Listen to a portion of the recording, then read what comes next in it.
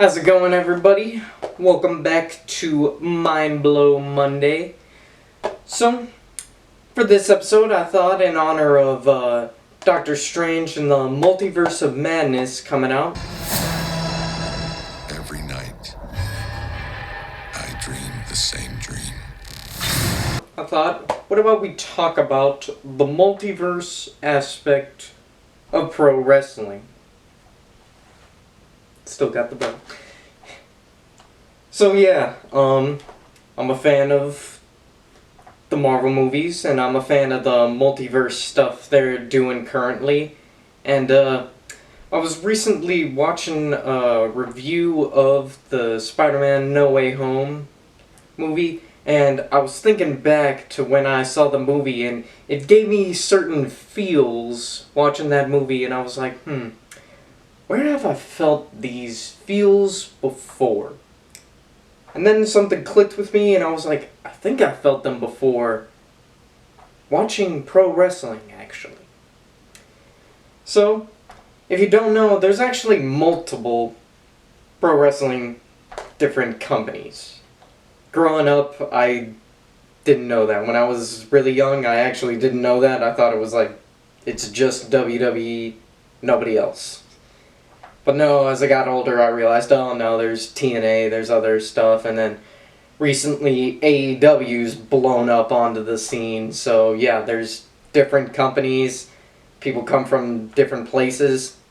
When certain superstars came to WWE, they were doing like certain moves and whatnot, and had like certain gear that had stuff on it that I was confused about, and I was like, where did that come from? Where did all that come from? You just came into WWE. Where did all that stuff come from? And I researched it and realized, oh, it's from New Japan stuff or other places where they did this kind of stuff before.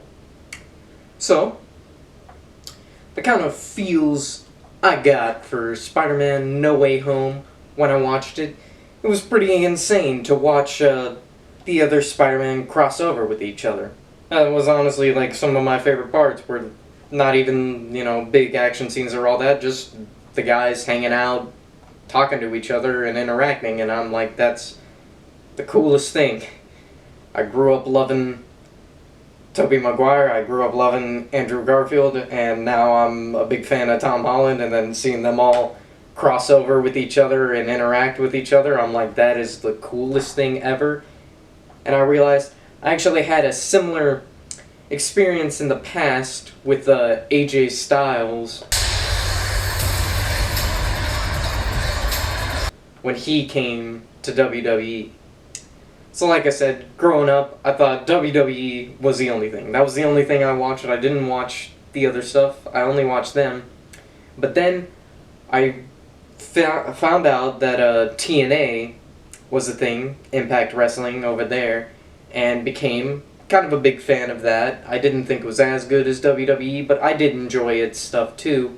And my favorite character at the time was AJ Styles. He was definitely the standout of everyone. Bubba Ray Dudley was pretty cool over there too. But yeah, AJ Styles was the hero in my mind, and he was the coolest one.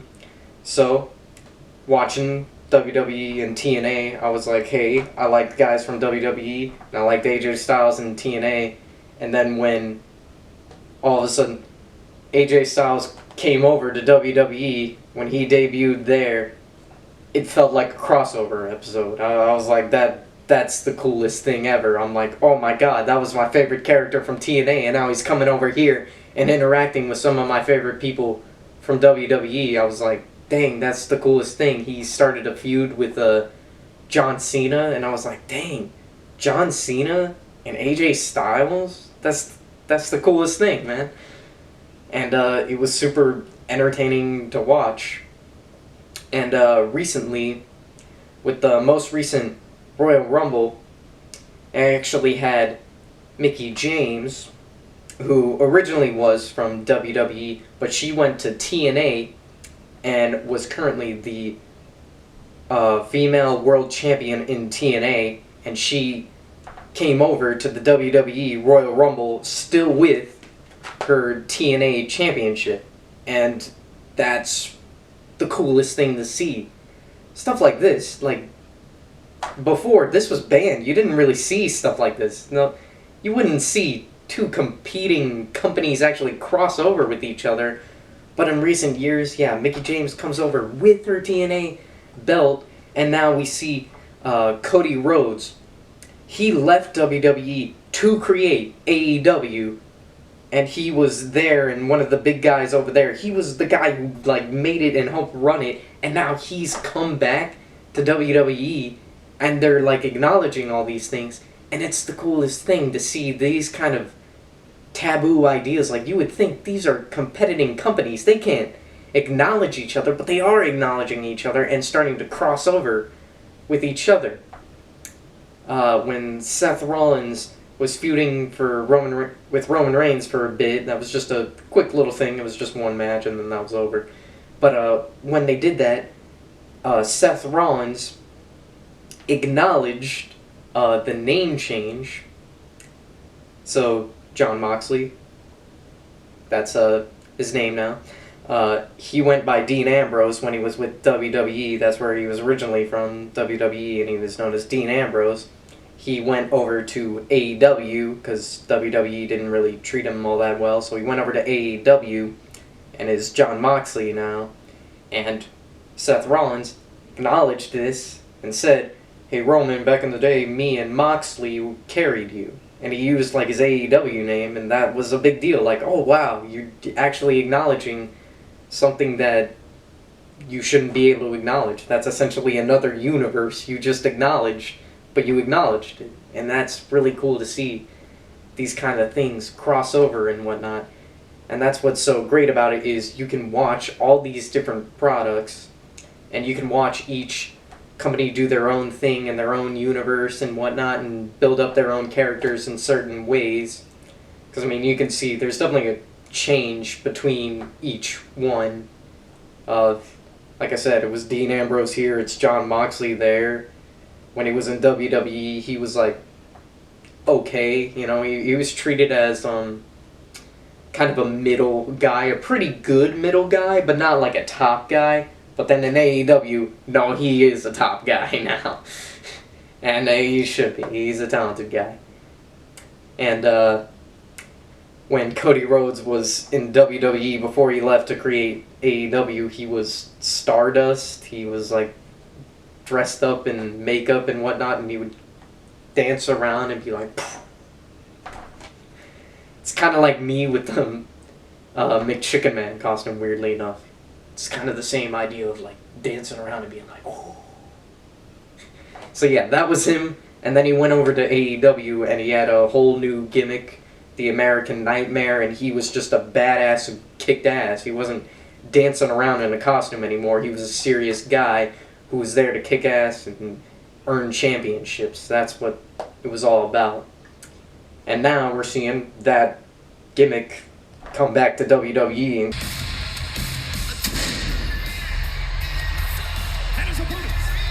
cross back over, and you see like, oh wow, these things carry on and cross over, and they acknowledge each other, and all different staples can actually come together and all be a part of one world. And that's what's so great about it, is they all, even though they're all telling their own stories, each person can go from one faction to the other faction, and then they still carry on the story they were telling from the previous company, still telling it in this company now. And that's super cool to see. I also wanted to cover, this is kind of a thing that comes up when discussing these things, is some people say like you can only be a fan of one and you have to dislike the other. You know, if you're an AEW fan, you can only like AEW, you can't like WWE, or vice versa, you can only like WWE, not AEW. I don't believe in all that stuff. Like I said, we have crossovers, we have people go from one thing to another and whatnot, and I think we should just enjoy all of them. We should enjoy all of them. We shouldn't cut one off. Oh, I like this one, so I can't watch this one. watch whatever you want, enjoy what you want, and when things cross over, it's the coolest thing to see. Your favorite character from this company is now going to interact with your favorite character from this company, and that's just super cool to see. So yeah, I think that was just a fun bit to discuss there, and discuss what's so cool about how they're all connected and how you can cross things over, and yeah.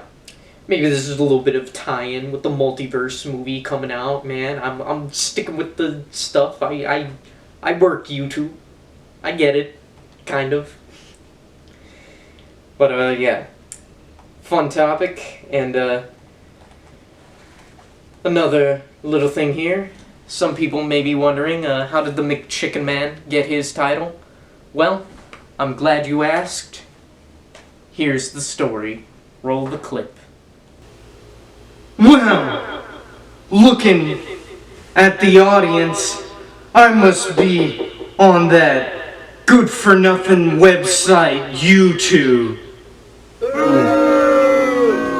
What, you guys watch videos? You subscribe to people? Oh, I win championships.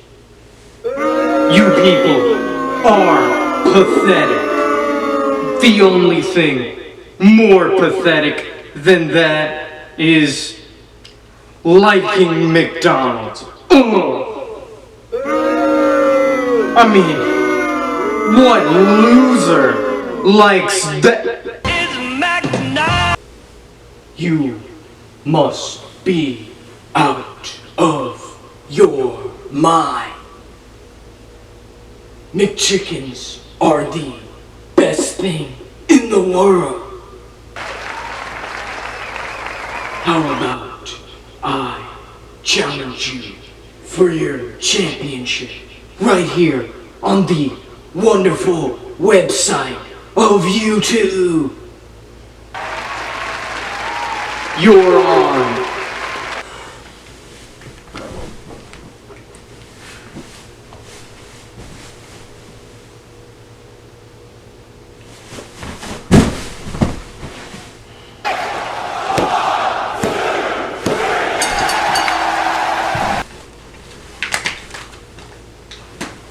So yeah, that's how the McChicken Man got his world title.